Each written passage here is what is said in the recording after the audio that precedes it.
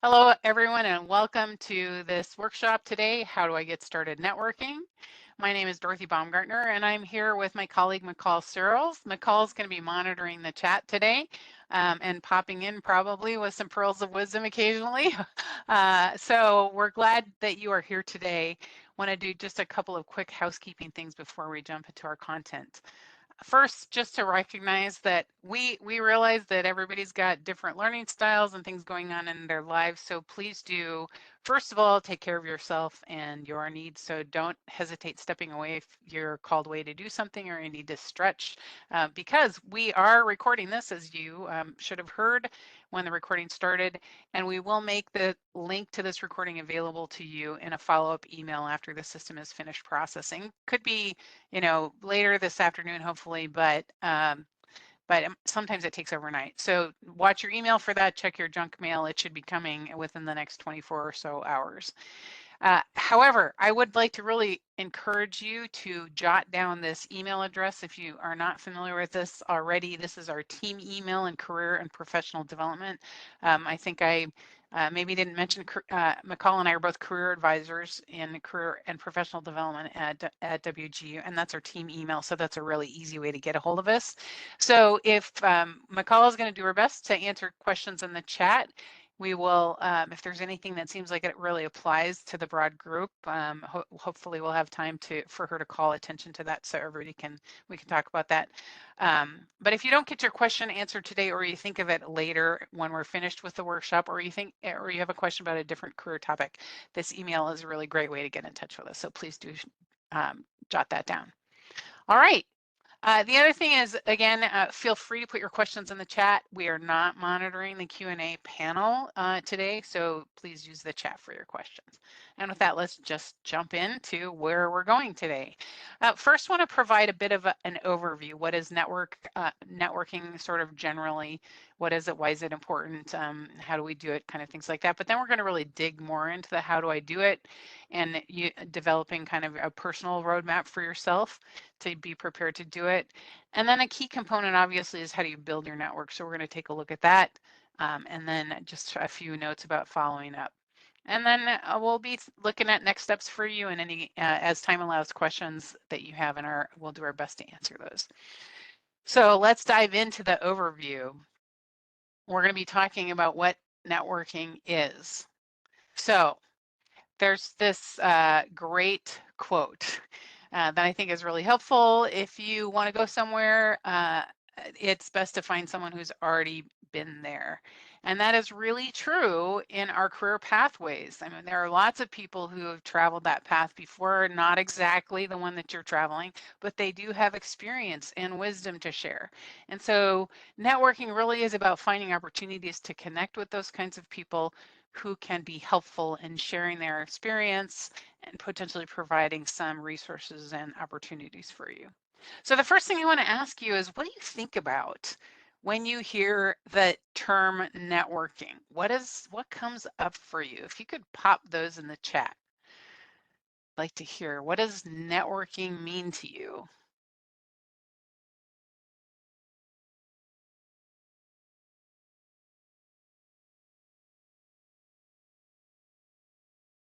Has anybody done it? Do you have any feelings about it?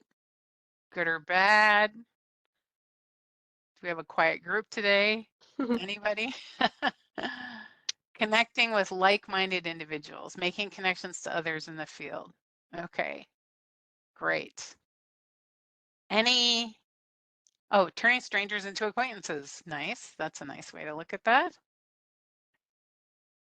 All right, how about the other side? Let's get real here. What does networking bring up for you in terms of your feelings? Is everybody really excited to do it? Do you do it all the time? Can't wait to get out there and rub elbows or make connections virtually?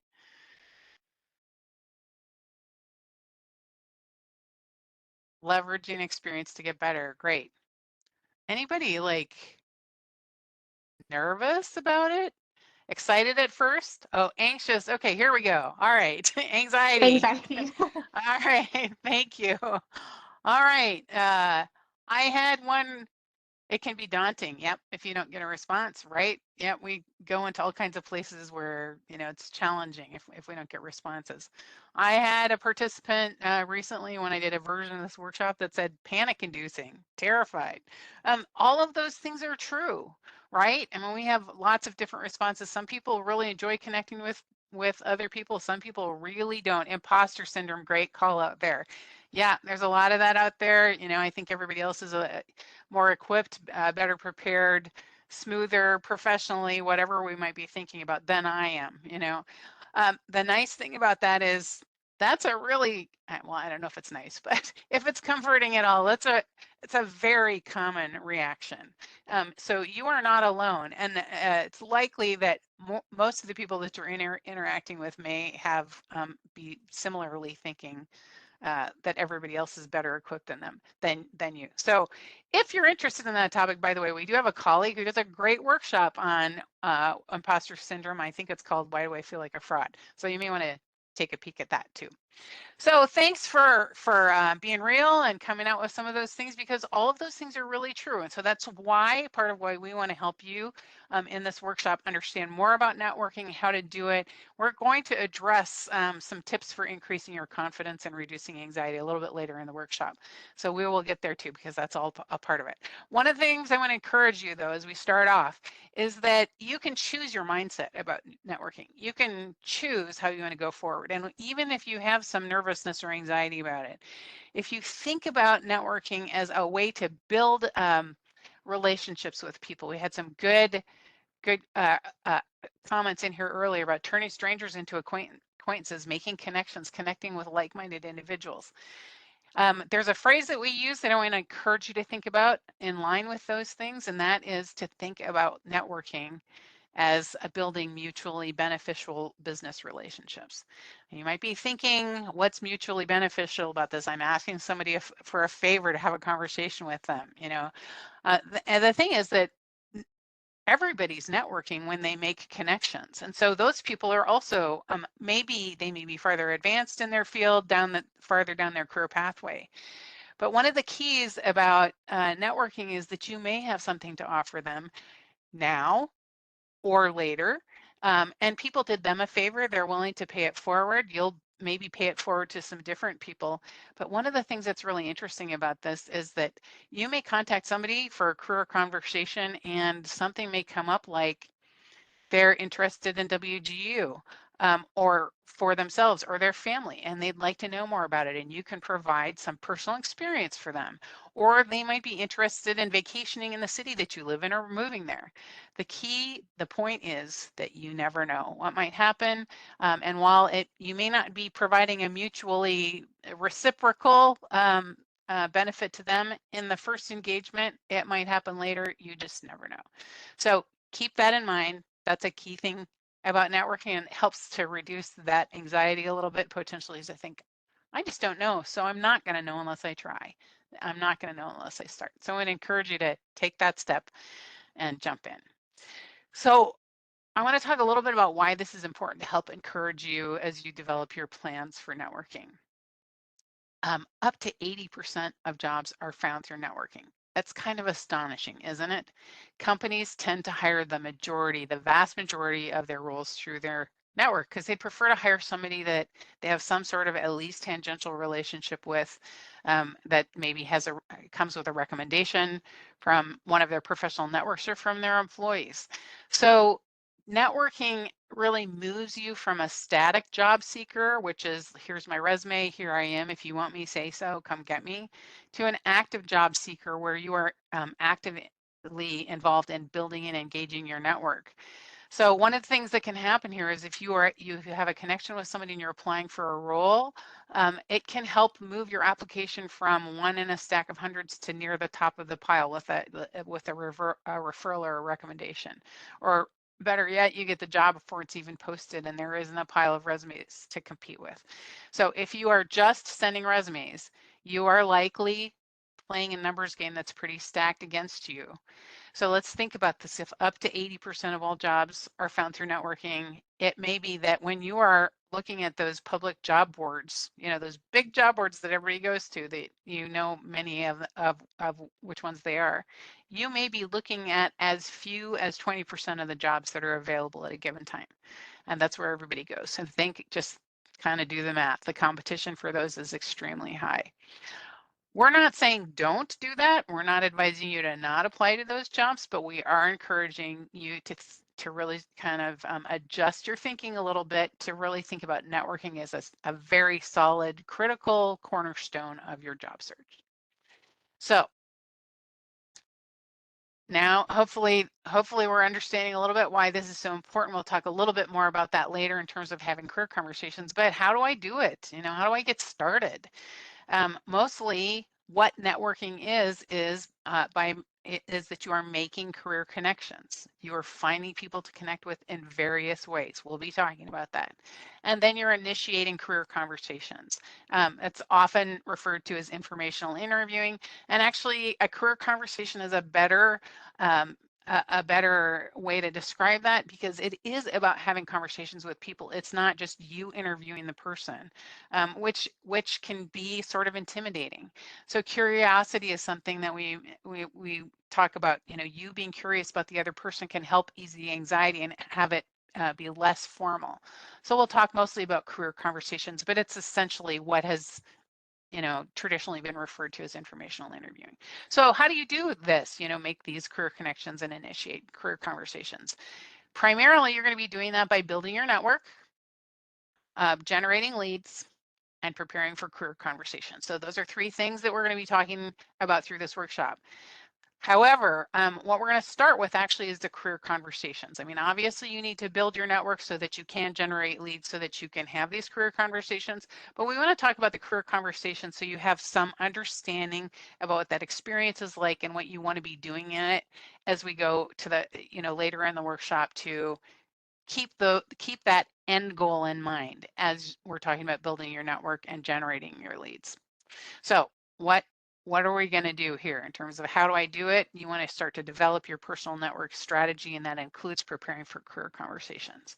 So I'm going to spend a couple minutes on the next slide digging a little deeper into the why and why is it important before we talk really specifically about how.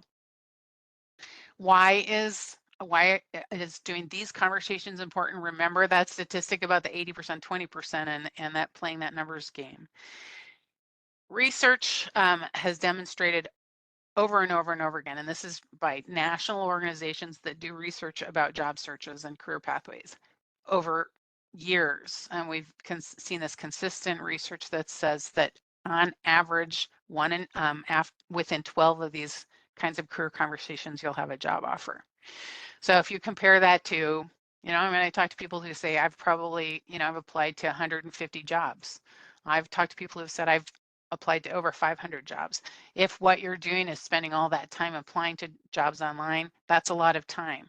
Might feel like a little bit of a lift to initiate these connections and arrange these conversations, but that's a pretty good and a pretty good average to aim for. Within 12 of these kinds of conversations, you will have a job offer on average. So what is happening in these conversations? You are accomplishing a number of things. One, you are researching and connecting and job searching all in one. Even though we do recommend that you don't use these as a specific job or internship ask.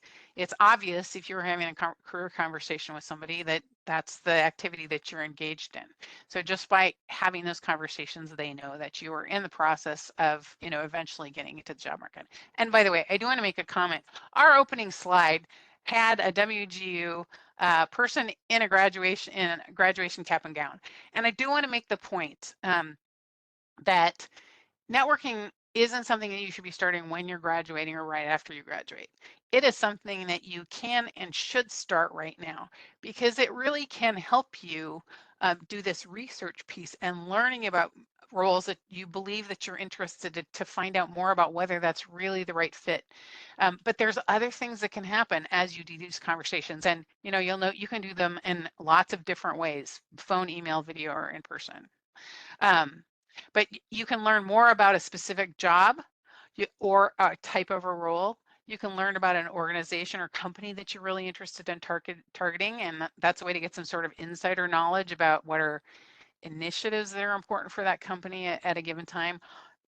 Buzzwords that seem to be important that might be useful if you get to the point where you're going to apply for a job or interview for something. You can drive different career ideas if you're considering a couple of different sort of roles. You can check, try to have conversations with people that are in each of those roles and learn more about them. You may discover things that you didn't know existed that you might be qualified with the degree that you're earning. It's an opportunity for you to connect with decision makers. So one of the things I want to emphasize that you should take away from this, besides you never know what might happen in networking, is who else? That question is really critical in these kinds of conversations, because you should always end these conversations with who else would you recommend that I connect with kind of question, because that helps deepen your network, helps get you in contact with people that you may never have had the opportunity to encounter, and job opportunities that you might never have known about otherwise. So who else is a really important question to hang on to around your networking. Stepping out and trying this can do a lot of things. Build confidence in yourself. It helps you with your interviewing skills. You will be more comfortable interacting with people that are new to you. So all of these things can help prep you for moving down that road in terms of your job search and interviewing. One of the things that's important to think about, and this goes back to that mindset about building mutually beneficial business relationships, is that curiosity, as I mentioned, is really important. So if you want someone to be interested in you, be interested in them first. And so that's one of the things that we want to encourage you to think about is get curious about this person that you have an opportunity to talk about. What's their experience been? You'll hear me talk about this a couple times through this workshop. But that sense of this isn't just about me sort of, getting information for myself, but what is this person's experience like? So, and then you don't have to be an extrovert. Some people think you have to be an extrovert to do networking, and you might feel more comfortable if you're an extrovert in a live situation somewhere. But you can network in so many different ways. As I said, you can do it on the phone. You can do it via email. You can do it through the LinkedIn chat, or virtually sitting at your desk, working through your laptop. So there's a lot of ways to do this, and you don't have to be an exceptional people person or an extreme extrovert to do this. Everybody can network, and there are various ways to approach it. So hopefully by the end of this, you'll found some ways that fit you best. And so we want to move on now in terms of, this is some background about those career conversations. I want to move into preparing for them. So I've got a couple different sections on this. One is you want to be preparing, and in a little bit I'll be talking about engaging them. But what do you need to do to prepare? Research is a big part of networking and preparing for these things. So you want to research a specific company that you're interested in, or professionals in roles that you're interested in, or in the industry. And after you have done that, you want to start locating leads. And never fear, again, we're going to talk about some ways to do that in just a little bit. At this phase, you also want to be fine-tuning your elevator pitch. And if you don't have one, I've got our next slide gives you a framework for how to do that. But this is something that's important to develop, because it's something that you want to have ready for any opportunity that you're encountering. Elevator pitch, if you're not familiar with that, comes from if you happen to be stepping onto an elevator somewhere and the director, a high-level director at a company that you're interested happens to be on that elevator and you're alone, how are you going to make use of that minute or so while you're going up to the 26th floor? So, so develop that elevator pitch, because one, this will help you with your outreach messages, requesting those career conversations. It'll also help you potentially, like with the tell me about yourself question in an interview, which you're most likely to get in some version. So developing an elevator pitch can be a really helpful thing, and this is a time to start to do that. A couple other things, another tip is you may want to create some simple personal business cards.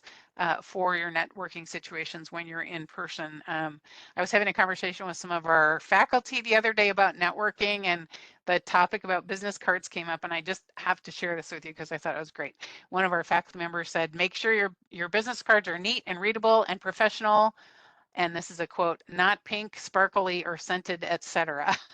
And then you also want to watch your personal email. If you have an email that's fun or funny, like kyleloveskiing@gmail.com, you may want to think about something that really better projects the professional brand that you want to be getting out there into the working world. All right, so you're doing the prep. And then you want to start arranging these conversations. You want to be really thoughtful about your timing. A lot of people don't think about doing this until they're really thick in the job search.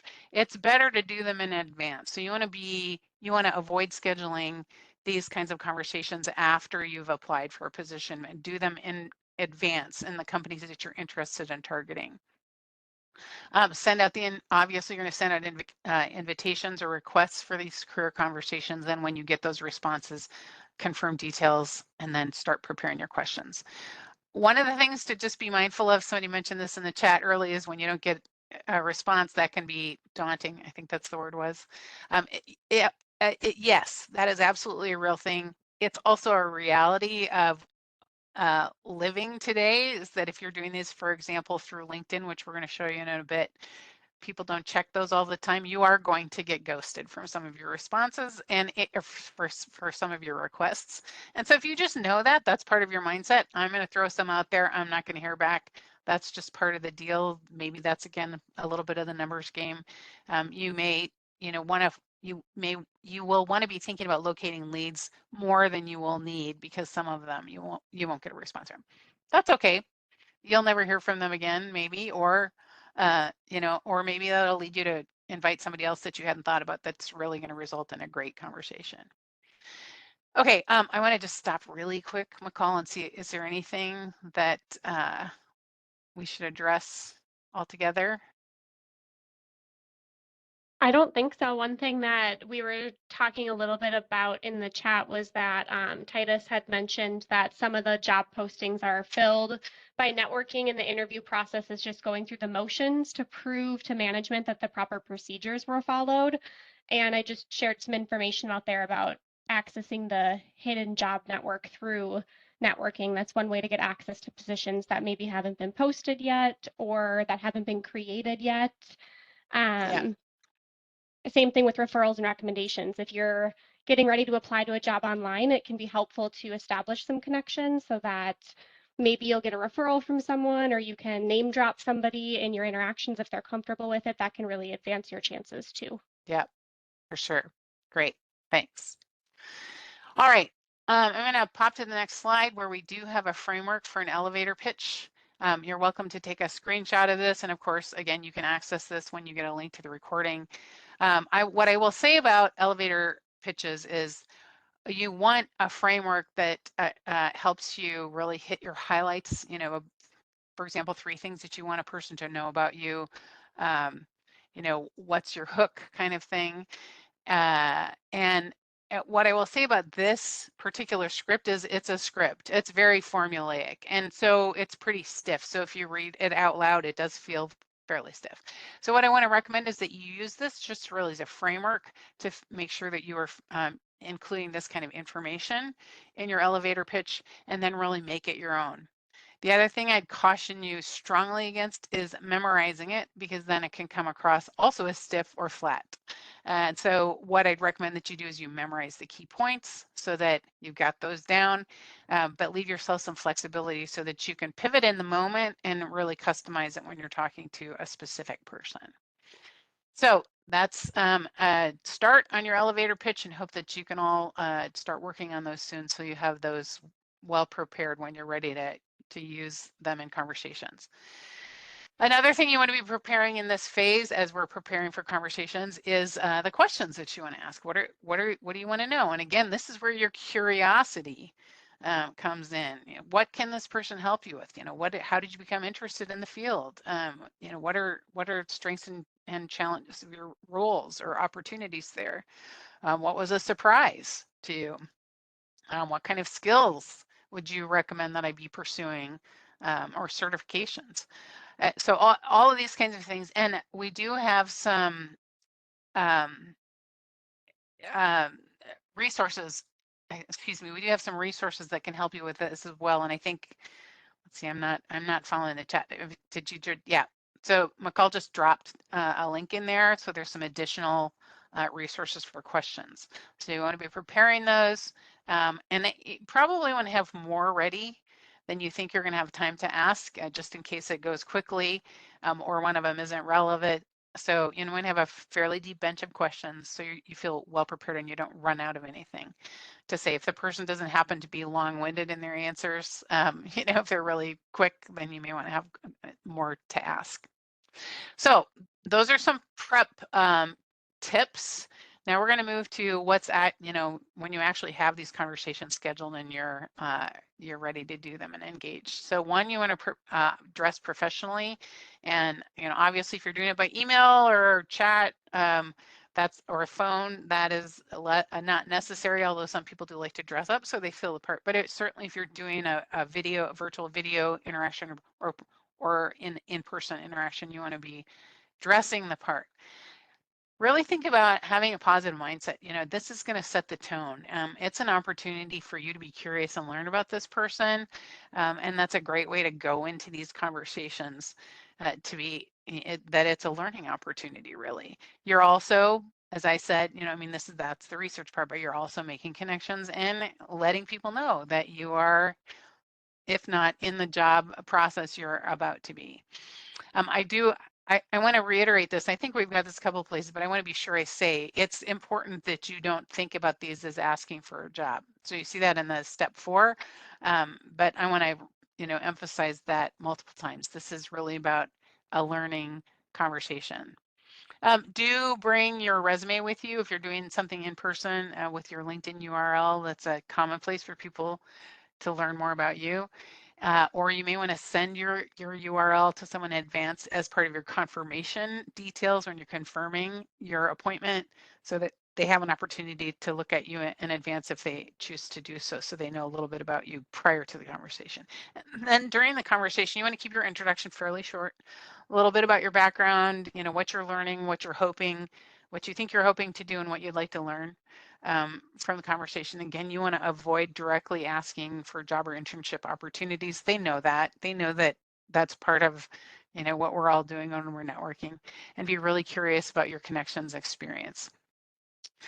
And obviously you want to show appreciation and thank them at the end. If it feels right, depending on the nature of your conversation, you may want to offer to reciprocate, to say, I know that I'm early in my career, but someday if there's anything I can do to return the favor, I'd be glad to help. That's a great way to build that sense of mutually beneficial business relationships that may not be appropriate in all situations, but just want to call that out in case you're in a conversation where that feels comfortable. It helps you feel a little bit like we're doing this mutually. All right, I want to move to some of the conversation we started off early. Some of us have some anxiety and nervousness about doing these kinds of career conversations. So here's a few tips to think about, some ways to help increase your confidence and decrease some of that anxiety. If this is useful for you, you may want to use some mindfulness techniques ahead of time, like intentional breathing exercises may be helpful for you. Or you see the last point there, choosing an anchor.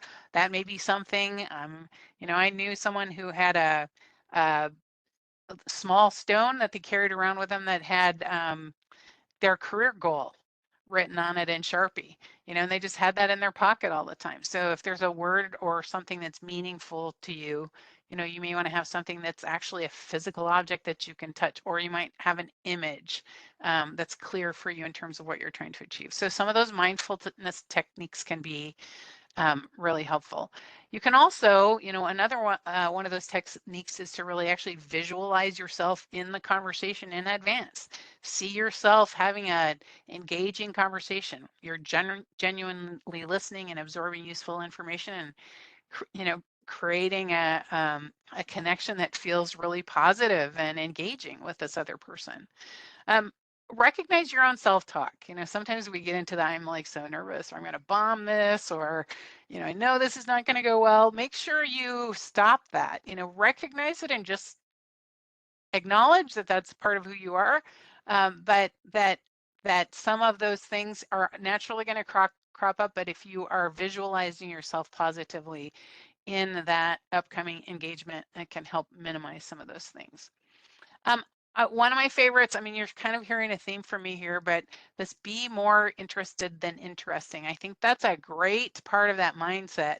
That is, if you're thinking more about learning about this person than having to be impressing them, this can help minimize a lot of the pressure. It takes the pressure off of you in terms of, how you're engaging in this conversation. So think about, I really want to know. I mean, I'll just share, just popped into my mind, an experience that I had a long time ago when I was applying for a job. I came in with a really long list of questions because I wasn't really sure about the opportunity and I really wanted to find out a lot. And the interview went way over and we had a great conversation. I eventually was hired and it was really interesting and important part of my career. But it was because I was a little bit hesitant about whether this is a right opportunity, and I was there really because I wanted to know. So I think that kind of thing can help really reduce that sense of I have to be impressive, to engage more with like, I'm really curious about you and would love to hear about your experience. So think about, how to get yourself in that kind of a mindset as you go into these. Um, and and then obviously you want to be thinking about some prompts. You've prepared your questions, but there may be some other things that you've learned from doing some research about this person. You might even want to ask some questions for small talk, like, what have you read recently that's been interesting to you, or podcasts that you'd recommend that I'd listen to. So those kinds of things, can help you be better prepared as you go into them. A few more things. Writing down a single specific intention is a strategy that works for people in terms of getting really focused. What is it that you're hoping to achieve by in this conversation? Start small. Just do it. We have in this conversation I was just having with faculty the other day about networking. One of our faculty members here at WGU said, I always tell my students, do it afraid. It doesn't matter if you're afraid, just do it. Be like Nike, and start small. Just put yourself out there, try it. There's very little downside to doing that. You may not have the most stunning career conversation the first time you do it, but then you'll have done it, and then it just gets easier and easier. So, commit yourself to trying and starting it, and just do it even if you've got some anxiety about it. It's another way to do it. So here's just some additional things that may be helpful. And the last point I just want to make is that after each interview, it's important to write down what went well. That can help your sense of confidence as you, as you're continuing to do these things, that these have been successful and I have been learning things, and that can help you sort of build your information about what you're learning about and increase your confidence. Okay, I want to shift to building my network, which is the next step. We've just talked about career conversations. What are they? How do you prepare for them? What do you engage in? Some tips for doing those. Now we're going to move back. This is actually the step that you're going to take before those career conversations. But again, we wanted to give you a sense about the framing of those conversations so you knew what we were talking about and aiming for as we're making choices about building your network. So here's some tips for things that you want to be thinking about in terms of expanding your network. Getting your own sort of personal brand together is important, and that includes polishing your LinkedIn profile. We've got a great workshop that we've got linked, I think, that we can send out to you, that we just launched last week. We'll be doing it again in October, but that's a significant piece of who you are projecting as a professional. You want to, again, I want to reiterate, create that elevator speech and have at least the basis of that ready to go, and think about developing your business card. So those are some preliminary things, but then you want to start connecting. So The connections are, you can do through a lot of different, ways. You can do that virtually, which we're going to talk about a little bit more. But there's some organizations that you may want to think about connecting with. The Night Owls Network is an alumni organization here at WGU. If you're an alum, please do connect with them if you haven't done that already. And if you haven't yet graduated, please, make a note on your graduation day to check out that organization and join. That's a great way for some of our alumni to be networking. You've had similar experiences at WGU. There's a lot of camaraderie and community in that group. So it's a well worth checking out. Check for professional organizations that are aligned with your industry. We have some of those on our website. If you haven't encountered those, I don't remember, McCall, if we've got that link handy or not, but we can certainly point you to those in our follow-up email if we don't have it here. Those employer organizations, or excuse me, those professional organizations can provide training. They can provide business connections. Sometimes they have networking events virtually or in person. You may want to check the local chapters of those to see if they do have local in-person events. So all of those are important professional connections, as well as the employer events that you have access to through Handshake here at WGU. We, every day have opportunities for you to join some of these employer connection events, and some of them are training events, and some of them are meet and greet with an employer or a recruiter from a company where you actually get FaceTime with them. So be sure that you're checking that, especially with the companies that you're any specific companies that you're targeting. You want to be checking to see if there are any events coming up with them. That's a great way to start to reach out and stretch that network. Another thing that a lot of people don't think about is volunteering. And I'm going to talk about that a little bit more in depth in the next slide, but you don't have to, volunteering we often think about in connection with gaining experience in our field. It doesn't have to be in our field. So I'll pop some ideas on the next slide for you. But then after you've done those things, you've developed your own kind of personal assets, your profile, your elevator pitch, and your business card. You started connecting in different ways with people through professional organizations or through volunteer organizations. And then you want to start generating those leads. And that is, you've met people, you're connected with them, you get their contact information, you start to prioritize who are the people that may be best for me to connect with in terms of inviting them to a career conversation. So here's just some tips about the volunteers. Again, this doesn't have to be in your field. It might be just, being a good community citizen and participating in some of these organizations in your community. So, there's national organizations that are available, lots of places, March of Dimes, Volunteers of America, things like that. For your local schools, obviously you'll probably have to go through a background check to do that, but lots of schools are looking for volunteers in different capacities. Hospitals are another place that you may want to check, and especially, obviously, if you're going to go, if you're interested in going into healthcare, there are lots of volunteer opportunities there. Local libraries, don't often think about that, but there's opportunities. They're always looking for people to help. Community-focused nonprofits like soup kitchens, Meals on Wheels, Habitat for Humanity, faith-based organizations. One of our faculty members said, especially during the holidays, those are really good organizations to help volunteer. The point here is you never know. I mean, you might be standing in a soup kitchen, slopping mac and cheese on a plate, and that person next to you is serving salad, and they may be a director at a company that you're really interested in working for, or they might be married to the director, or you just never know. So look for opportunities to just increase your visibility and the connections and relationships that you can build in your community. All right. Just checking in again, McCall, anything that would be helpful to address? Thanks. I see you got the professional development resources in the chat. Yeah. Nope, nothing right now that I can think of, nothing in the chat. All right, we'll keep plugging along here. So we're going to jump into now, how do I actually, beyond those kinds of personal connections through professional organizations and volunteer opportunities, what are some other ways I can build my network? Handshake is a great opportunity to do that. This is not just a job board, but it is a way that you can connect with other WGU students and alumni. So if you haven't invested any time investigating Handshake, please do. We do have some resources that can help you. And so if you're not sure about how to go about doing this, you can remember that careers@wgu.edu.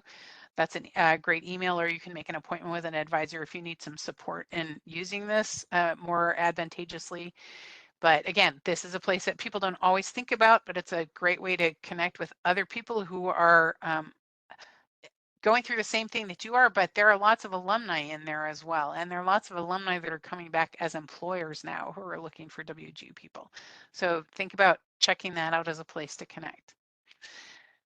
We are going to shift though to LinkedIn and want to talk a little bit about why we use this. We have a tool that we want to show you called the LinkedIn Alumni Tool. It's a very powerful tool.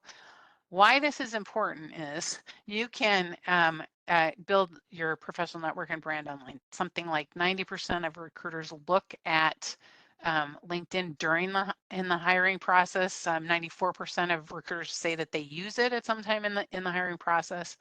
And these numbers are pretty incredible. 900 million members worldwide are on LinkedIn, and we now currently have almost 250,000 alumni, excuse me, connected to the WGU main university page. So it's a really huge group of people that you have the opportunity to, one, just do research with excuse me, but potentially connect. Pardon me. All right, so I'm going to pull up the LinkedIn Alumni Tool, and we're going to take a quick walk through this so you know what this tool is and how to use it. This is on the WGU main page, and let's see, I've got this right here. I'm going to pop this in the chat so people can just jump there. There's another alumni page on LinkedIn, but what we want to point you to is this main university page. And you'll know you're there when you see Casey in their graduation gown at the top on the banner. At the bottom of this main panel, you'll see a series of tabs, and you're gonna want to click on the alumni tab. This is the LinkedIn Alumni Tool. There are 3 elements of this tool. One is the search bar. You see that this number has already gotten bigger here, so we are very close to 250,000 people here. There's the search bar, which is a key feature of this tool, and then there's some filters right below it. And the start year and the end year, we probably don't use that much at WGU, but I do want to make a point that if you did a degree at a previous degree at another institution prior to coming to WGU, this is a feature you may want to use. You can check out their a university or college page, and you may want to find people that attended at the same time that you did. So that's what that start year and end year is for. We don't typically use that a lot here at WGU, but you want to focus on this search field as a key piece of this. These other elements are these filters, so you see where they work, where they live, and you see this arrow in the right corner of the panel here will take you to some additional filters, excuse me, like what they do, what they're skilled at, what they studied, and how you're connected if you're connected. If you do use this drop-down button, you'll see more on those search fields. And so what will happen is you can put something in the search field and then use any of these filters to narrow it down. What you're trying to do with this tool is to identify people who align with your goals and experience and your interests, people that have the kind of experiences that you're aspiring to.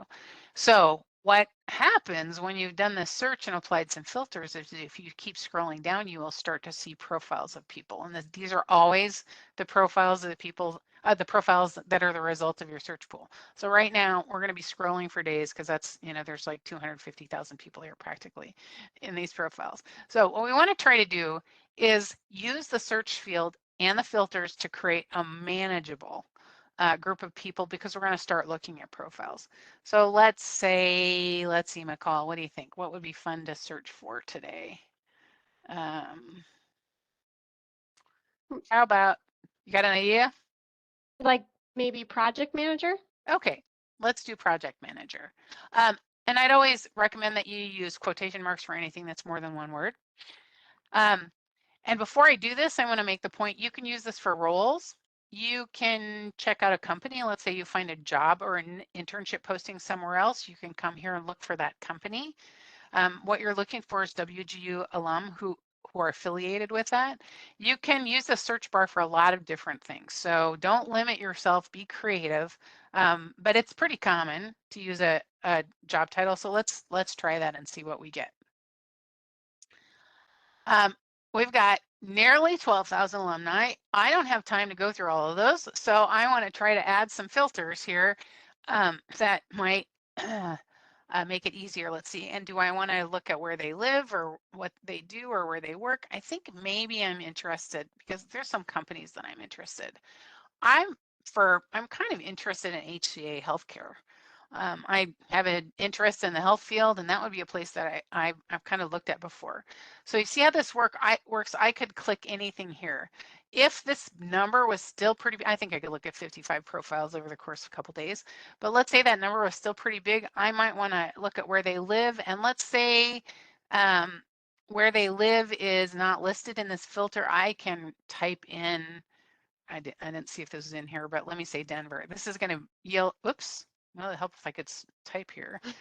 Um, this is going to be a really small number because I already, yeah, because I already drilled it down. So I'm going to take that off. But that's another thing that you can do is you can use that add for a drop down.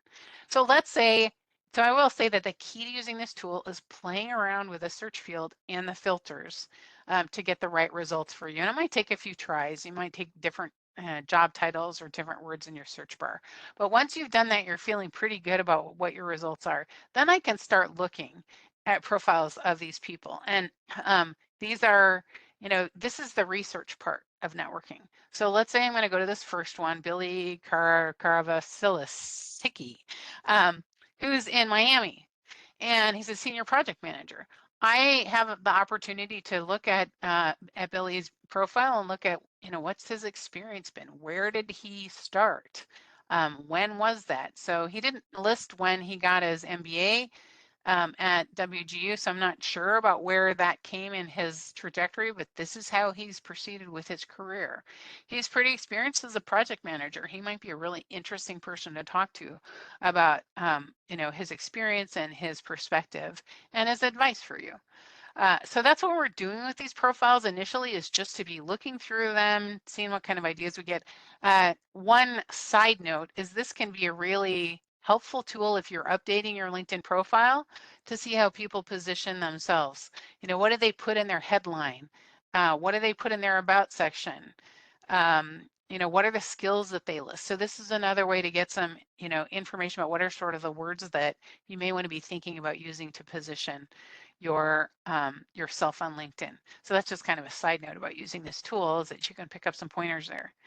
But essentially what you're doing, again, is looking at these profiles and our recommendation is once you are feel pretty secure about the results of your search pool, if you're clear about what you're targeting, let's say I know I want to go into project management, I'm going to send out a connection request to all of these people to broaden my network.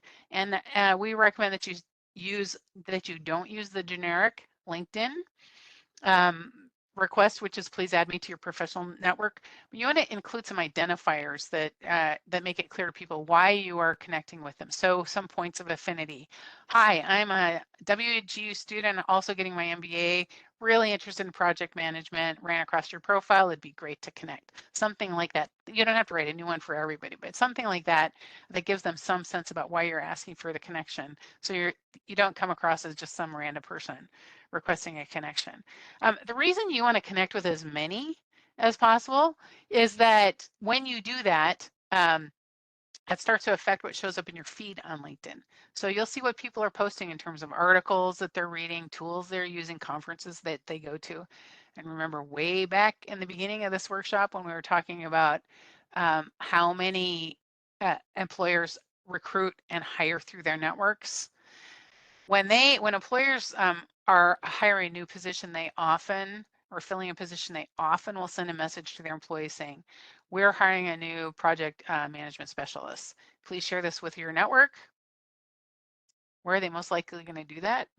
Probably on LinkedIn. So if you're not connected with them, you're not going to see those postings. That's why we recommend that you connect as broadly as you can with people that are aligned with your goals and your interests. So that's one way, is just connect with all the people that fit your pool.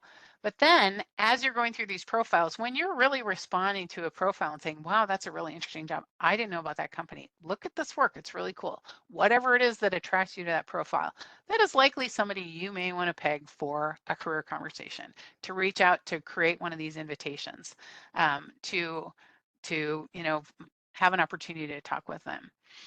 The more identifying information about how you are aligned, the better. And so we are gonna in a moment talk about some connection requests, some sample connection requests to do that.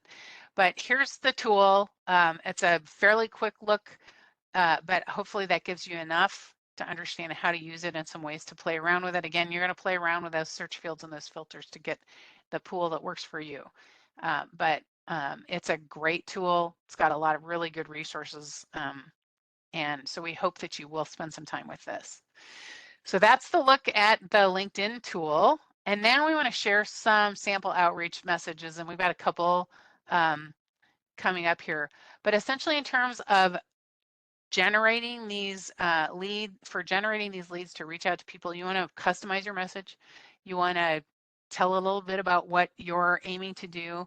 You want to make some mention of a point of interest in their background. Why are you reaching out to them? What is it about them that you're curious about, that you're looking for advice or input, and that you want to follow up then with a request for an informational interview or a career conversation.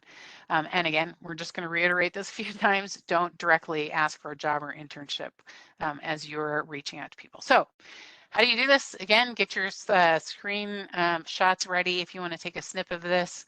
Here's a sample outreach message that again is pretty generic, but it gives you an idea. Again, having done your elevator pitch will make this a little bit easier. You'll have some of that information at the ready. Here's one. We've got a couple more that we want to show you, so I'm going to jump pretty quickly, but this tells a little bit about yourself, makes a comment about their background so that they know you're not just blasting everybody with the same message. You're making a point about, I'm impressed by your diverse background and varied accomplishments. You might want to be a little more specific than that. In what? You may want to add in what at the end of that sentence. But that's a good sense of, this gives you a good sense about the kind of thing that you may want to send out to someone to request that career conversation. Here's another one. Here's a little longer. And this one is very, again, formulaic and formal. So I would recommend that you use this just as a structure to build your own and then really customize it so it feels more comfortable for you and really on brand for you. And here's another one. This one's a little bit less formal. This one is actually offered by a couple of people who worked at LinkedIn in developing the alumni tool, so they know it very well. And they've launched their own company called the LinkedIn Guys. And this is a sample that they've provided, which is a little less formal. This might be more your style. So we just want to give you a variety of some things to take a look at as you prepare your outreach messages. Okay, so what do we do once you've had that? We're jumping around a little bit, right? Because you built your network and generated your leads first, and then sent out those messages, and then had the career conversations. But we did that before because we wanted, again, to give you a sense of what you're aiming at as you do this outreach. But now you've had that conversation, and you're at the end of it, what's the follow-up that would be important to do? One is we really recommend that you take notes on all of those to be sure that you've captured that. You're going to be learning more and more as you go, so it's helpful to have something to go back to refer to when you have additional ideas maybe later on that make you think, oh, I had that conversation with John Smith and he mentioned something, I should go back and check that. So that's helpful to keep track of these things, keep them in an organized way in a filing system that works for you. Do send a thank you note, and that's part of building and maintaining those connections. If you do a favor for somebody, it's nice when they acknowledge that. So it can be short, it doesn't have to be very long, but just a quick acknowledgement of your appreciation and maybe a sentiment about what you learned from it or something specific that was helpful to you. Really do consider these career conversations as a learning opportunity. If something went a little wonky, well, oh well, that happens. We're going to just keep learning from it, and it gets easier as you go on. So that's part of the Follow-up is your own sense of, how did this go? What would I do differently next time? Make some notes about that and think about how you would shift your approach. So again, there's that reminder of do it afraid, just get started, jump out there and give it a shot. So I want to just take a minute here. We're getting close to our time, but I want to ask you, given what you've heard today, what you think would be a really good next step or two for yourself. So we'd love to invite you to share that in the chat. There's, that thing about when you write something down and you put it out in public, you're more likely to follow through with it. So consider this an invitation to think about, give you just a minute or so to think about this. What have you heard today that feels like it's a really good next step for you? What would you like to commit to yourself about doing in the next, say, couple weeks to start to build and grow and leverage your network?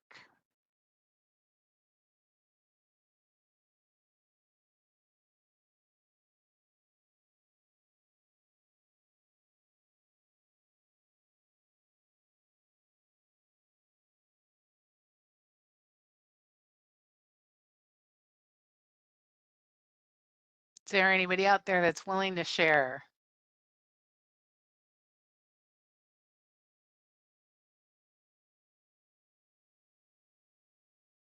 Night Owl Network, great. And LinkedIn still polishing. Okay, good. Those are fairly easy things to do. Alumni tools on LinkedIn. Great. Network to business alumni on LinkedIn, already profile. I'm assuming that means you already have a profile and you want to find some business alumni that you want to reach out to connect to. Great.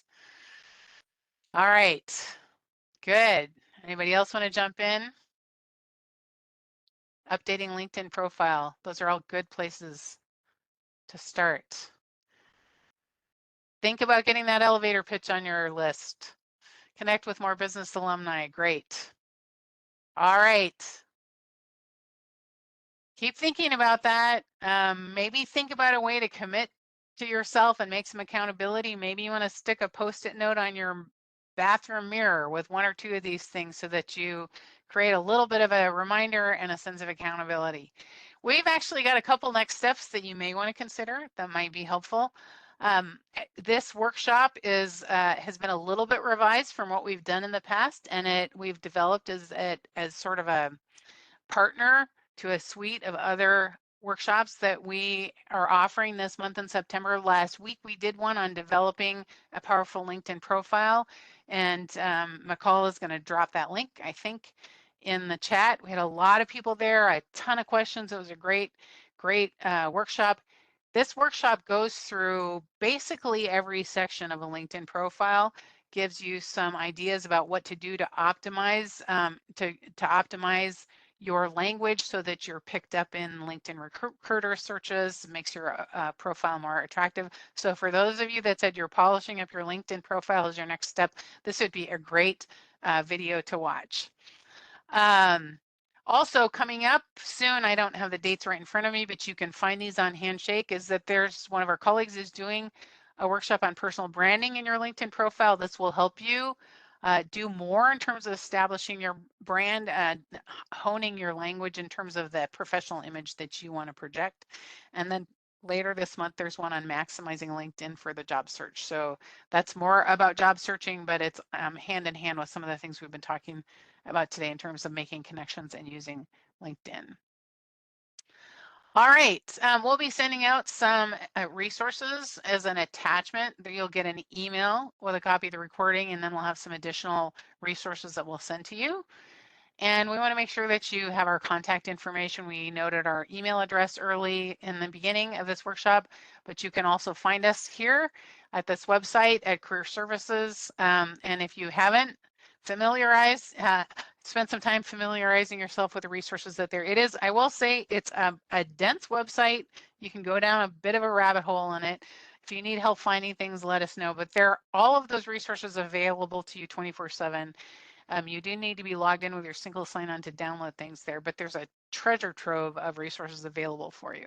We've also got a message line. You're welcome to use that. You can leave a message with your name and number and a brief description of what you are asking for assistance with, and we do our best to call you back within 4 business hours or by the next day. We're also on Facebook and LinkedIn, so lots of ways to connect with us, and so hope you make a note of these ways. We're happy to help. We do individual appointments if you need specific individual support. So lots of ways to connect with us. McCall, any outstanding things out there that we need to address? Yeah, we just have one quick question from Scott. He was wondering if there's any resources on working overseas. I'm not sure we have anything. I'm not recalling. Do you? The one place I recall that we have information on our website is for teachers who are interested in teaching overseas. I'm not sure we have any others. We may have some links that we could dig up on the master list. I think there's some. What kind of roles are you looking for, Scott? And this might actually, might be it's a great way to make a point, data analyst. Okay, you may want to make an appointment with one of our career advisors to talk about more specific situations like this. Yeah, and you can also, LinkedIn is an international platform, Scott. So if you wanted to filter by location on the LinkedIn alumni tool, you could see if there's anybody working overseas as a data analyst right now, or maybe they have in the past. Great point, McCall. Yeah, that's a great point. I would actually start there. That may be the best way to go. If you can find an alum who's doing that, they would probably have some great insights and resources. All right, then. Well, thanks so much for being here today. We're really glad that you joined us. Let us know if there's any other way that we can help you. Want to just remind you about a couple things. You never know what might happen. Who else should I connect with? And do it afraid. Just jump in and get started. Good luck with your networking. We're here to help support you. Let us know how we can help. Hope you have a great day, everybody, and thanks again for coming.